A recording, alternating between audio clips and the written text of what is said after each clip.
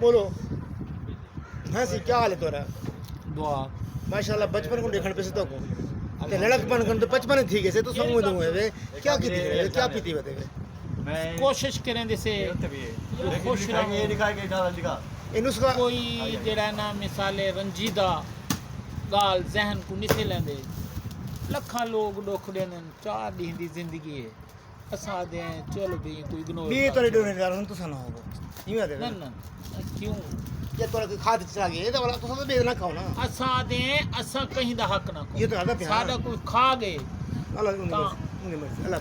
پوچھ اللہ پوچھے سر قیامت دا ادھار ہے میں یہ آدھا پیا دیکھو بندہ پریشان ہوں دے پریشان لگ دے پریشانی ہر بندے کو آندی ہے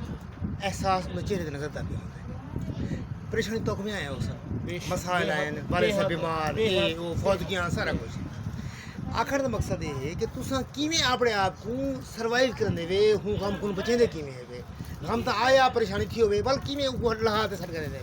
کوشش کریں پروردگار کنوں جنہاں نے پندے ہیں میرا مالک اے جڑے دکھ دیتے نہیں ان کو ٹال اور او مالک مدد کریں دے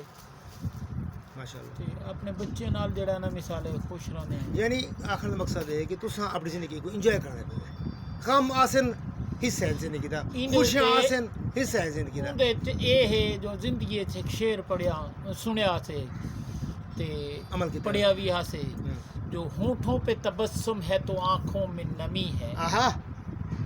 ہونٹوں پہ تبسم ہے تو آنکھوں میں نمی ہے غم اور خوشی سے میری تصویر بنی ہے آہا کیا کہنے بہت خوب ماشاءاللہ تو شعری ذوق جو رہے وہ تو سب کو پہلے کو پتہ ہے پیا